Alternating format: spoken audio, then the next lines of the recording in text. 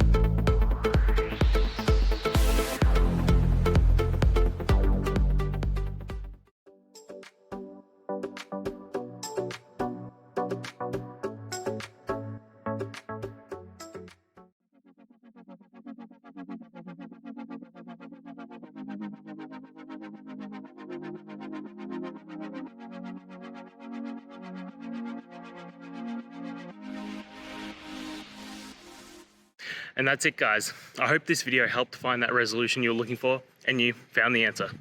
Guys, please hit subscribe if it helped, and I'd really appreciate it.